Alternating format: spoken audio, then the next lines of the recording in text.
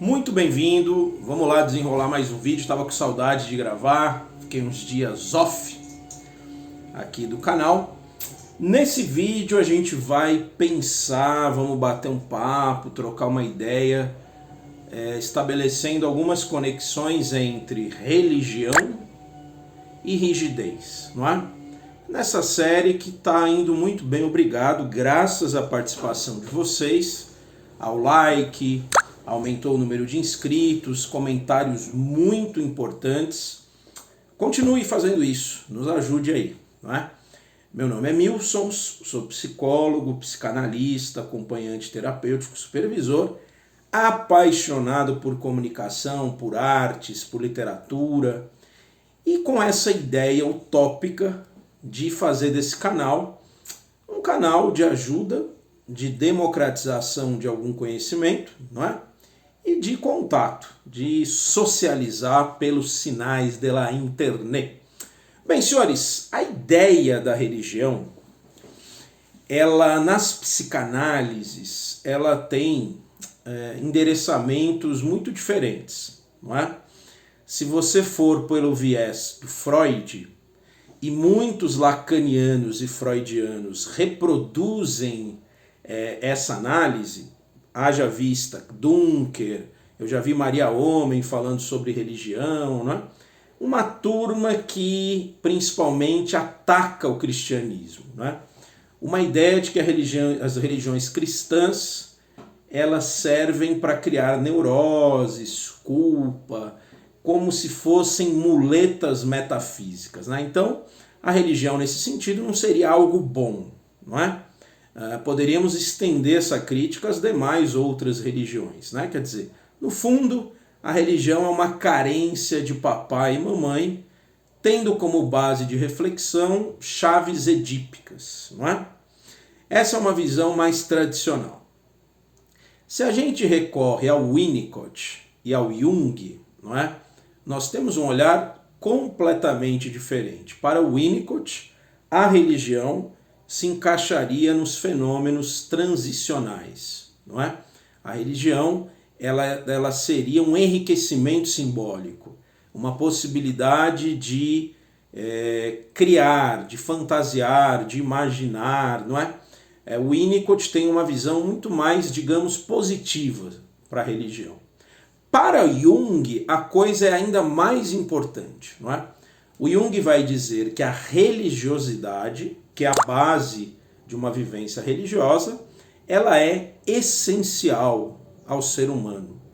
Ela vai dar notícias de uma verdadeira fome, de uma verdadeira necessidade de encontrar algo transpessoal, não é? Evidente que como eu faço aqui a psicanálise do asfalto, a prática plural, e o nosso enfoque aqui é o fenômeno psicanalítico vivo, né? Eu vou dar aqui os meus 20 centavos de contribuição, não é? Vou colocar a seguinte perspectiva, não é? Eu não tenho lá muitas expectativas, digamos assim, otimistas sobre a natureza humana e não tenho lá muitas expectativas otimistas frente ao mundo que se desenha, não é? Um mundo cada vez mais seco, frio, desumano, um mundo que produz bolsonarinhos como sintoma, não é? Um mundo desencantado e um mundo que elegeu como seu novo Deus o consumo, não é? A ideia de empreendedor de si, não é? E eu acho que a gente precisa contextualizar a nossa conversa com o mundo que a gente vive. Talvez esse mundo melhore, né? Eu não sou desses que está vendo muitas melhoras. O que você acha aí do outro lado, não é?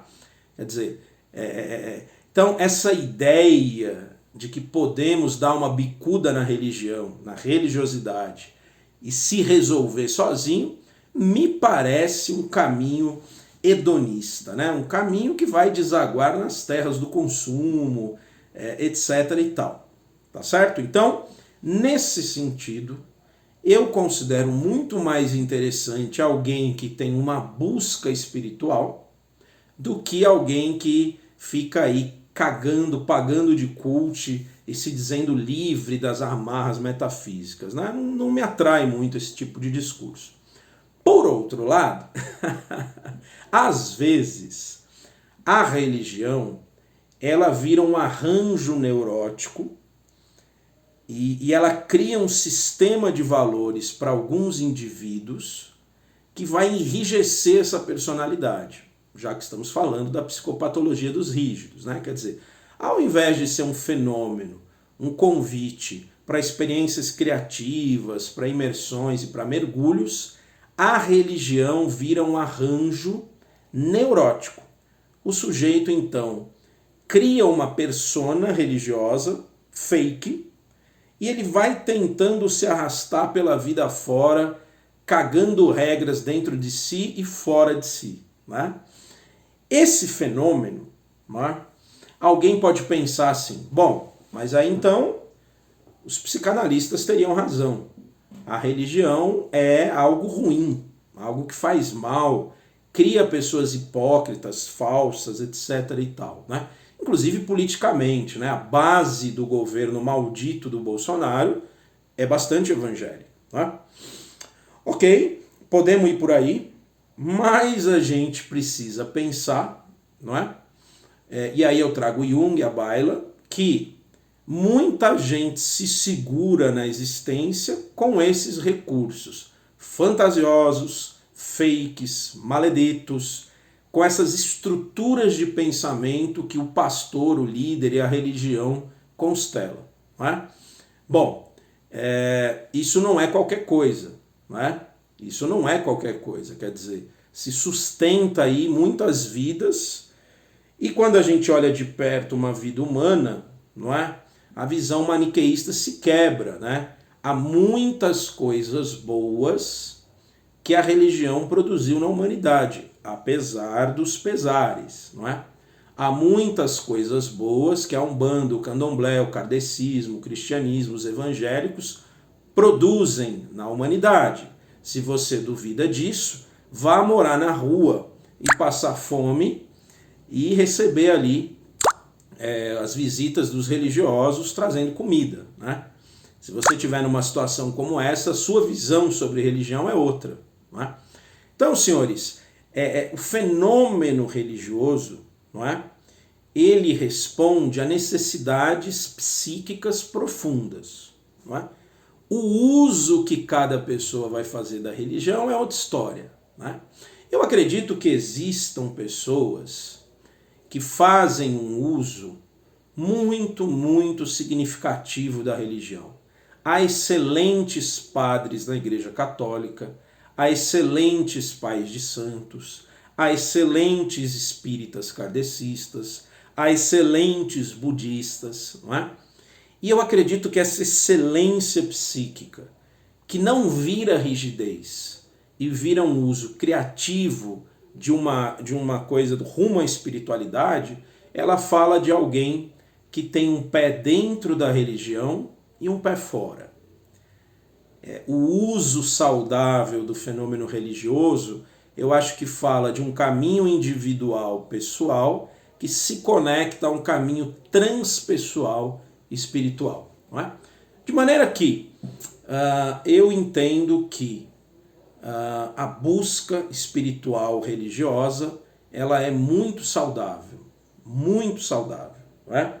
É muito interessante quando o ser humano faz essa relação pensante, criativa, idiosincrática, não é?